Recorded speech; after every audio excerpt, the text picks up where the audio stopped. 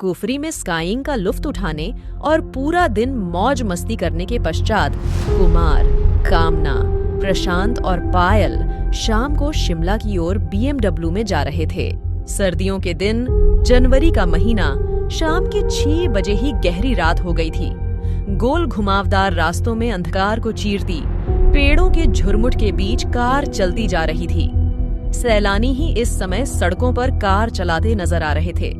Tourist टैक्सियां भी वापस शिमला जा रही थीं। कुफरी की ओर इक्का दुक्का कारें ही जा रही थीं। बातों के बीच चारों शिमला की ओर बढ़ रहे थे।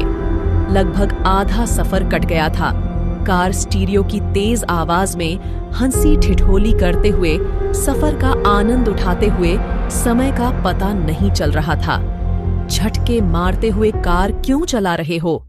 प्रशांत ने झटकती हुई कार में झूलते हुए कुमार से पूछा। झटके मारते हुए कार क्यों चला रहे हो? प्रशांत भाई, मैं तो कार ठीक चला रहा हूँ। मालूम नहीं ये अचानक से झटके क्यों खा रही है। कार को थोड़ा साइड करके देख लेते हैं। हो सकता है कि डीजल में कचरा आ गया हो। थोड़ी रेस देकर देखता हूँ कि कार रिदम में आ जाए।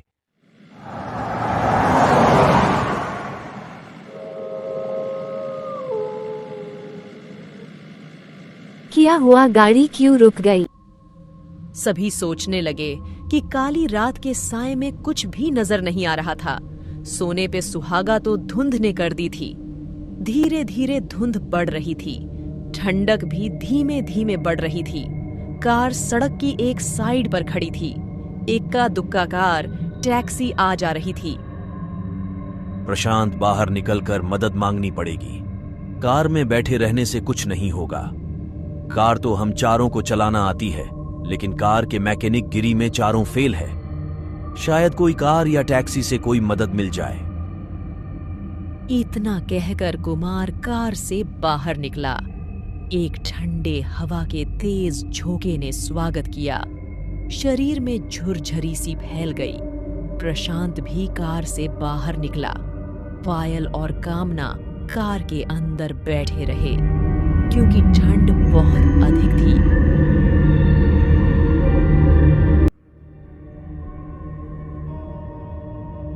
थोड़ी देर और खड़े रहे तो हमारी कुल्फी जम जाएगी। ठीक कह रहे हो, लेकिन कर भी क्या सकते हैं? लिफ्ट मांगकर शिमला चलते हैं। कार को यहीं छोड़ते हैं। सुबह शिमला से मैकेनिक ले आएंगे। ठीक कहते हो। शिमला की खूबसूरती तो इन हवाओं की घटाओं में है। जी चाहता है बस देखती जाऊं और इनमें खो जाऊं। सच में, तब तो ऊपर वाले की बड़ी मेहरबानी होगी। कुछ कहा क्या तुमने? नहीं, मैं तो बस, ये कौन लोग इतनी ठंड में गाड़ी रुकवा रहे हैं? लगता है इनको कोई मदद चाहिए। रोक के देख लो ना। हाँ, देखता हूँ। जी भाई साहब, बोलिए, क्या मदद कर सकते हैं हम आपकी? जी भाई साहब, हमारी गाड़ी खराब हो गई है, तो हमें लिफ्ट चाहिए थी। क्या कहती हो भाग्यवान? कितने लोग हैं आप सब हैं? ज्यादा से ज्यादा 2 लोग और आ सकते हैं हमारी गाड़ी में तो। जी हम 4 लोग हैं, लेकिन आप बस मुझे लिफ्ट दे दीजिए। बाकी ये तीनों यही वेट कर लेंगे सुबह तक, और सुबह तक तो मैं मैकेनिक को ले आऊंगा। ठीक है, आ जाओ भाई, पीछे बैठ जाओ। कुमार टैक्सी में बैठकर शिमला की ओर रवाना हुआ। प्रशांत कार में बैठ गया। प्रशांत, पायल और कामना बातें करते हुए समय व्यतीत कर रहे थे। धुंध बढ़ती जा रही थी। थोड़ी देर बाद प्रशांत पेशाब करने के लिए कार से उतरा। कामना और पायल कार में बैठे बैठे बोर हो गई थी। मौसम का लुत्फ उठाने के लिए दोनों कार से बाहर उतरी। ठंड बहुत अधिक बढ़ चुकी थी। कार में बैठो, बहुत ठंड है, कुल्फी जम जाएगी। बस 2 मिनट मौसम का लुत्फ लेने दो, फिर कार में बैठते हैं। भूतिया माहौल है, कार में बैठते हैं। भूतिया माहौल नहीं, मुझे तो फिल्मी माहौल लग रहा है। किसी भी फिल्म की शूटिंग के लिए परफेक्ट लोकेशन है। काली अंधेरी रात, धुंध के साथ सुनसान पहाड़ी सड़क, हीरो हीरोइन का रोमांटिक मूड, सेंसुअस सॉन्ग। कौन सा गीत याद आ रहा है? तुम दोनों गाओ। मेरा रोमांटिक पार्टनर तो मैकेनिक लेने गया है। काश वो यहाँ होता। प्रशांत की बात सुनकर पायल खिलखिलाकर हंस दी। उसके बाद तीनों हंस पड़े। तीनों अपनी बातों में मस्त थे। उनको मालूम ही नहीं पड़ा कि कोई उनके पास आया है। एक शख्स जिसने केवल टी-शर्ट, नेकर पहनी हुई थी, प्रशांत के पास आकर बोला, क्या आपके पास माचिस है? इतना सुनकर तीनों चौंक गए।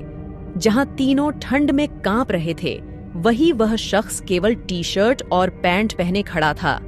कोई ठंड नहीं लग रही थी उसे। क्या आपके पास माचिस है?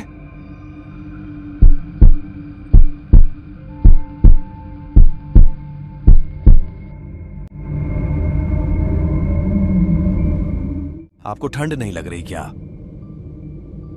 आप भूतिया माहौल की अभी बातें कर रहे थे। क्या आप भूतों में विश्वास करते हैं? क्या आपने कभी भूत देखा है? नहीं, दिल्ली में रहते हैं, न तो कभी देखा है और न कभी विश्वास किया है भूतों पर।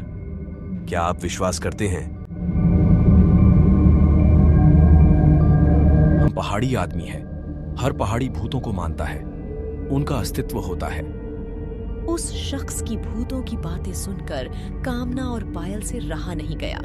उनकी उत्सुकता बढ़ गई।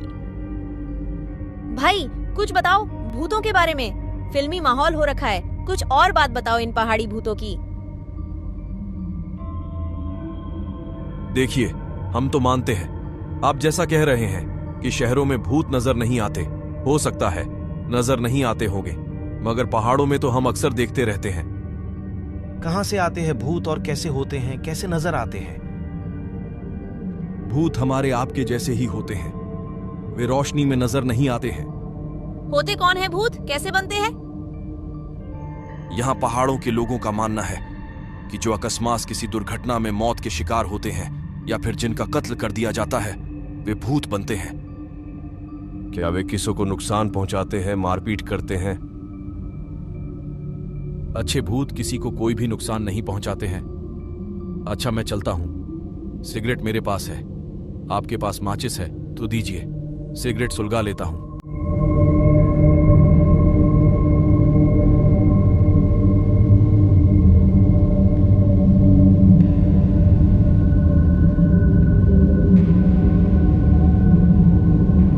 भूत।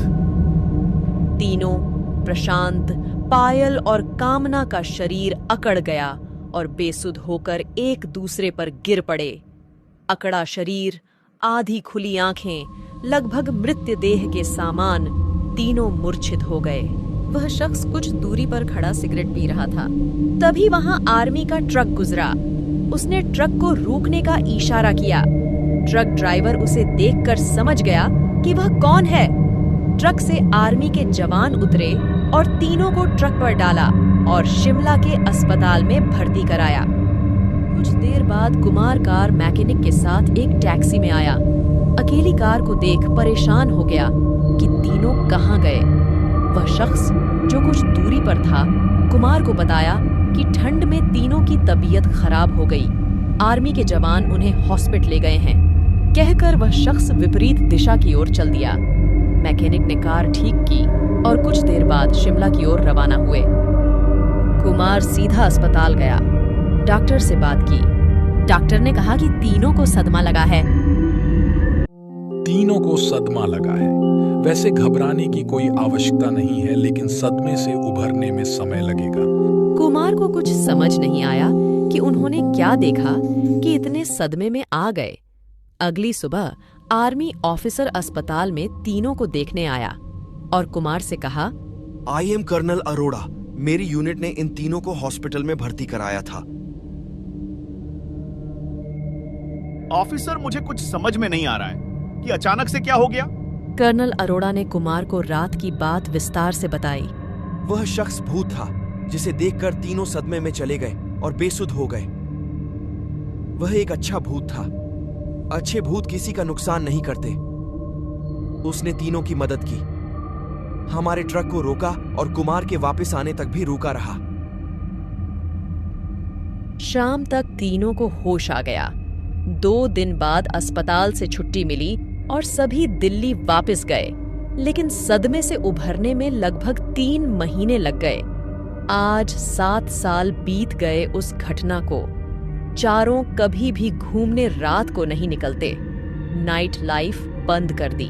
अगर आपको कहानी अच्छी लगी तो वीडियो को लाइक करें और चैनल को सब्सक्राइब जरूर करें। साथ ही कमेंट में अपने साथ हुआ कोई किस्सा जरूर बताएं। क्या पता अगली हॉरर वीडियो आपके किस्से की हो। तो मिलते हैं नेक्स्ट वीडियो में।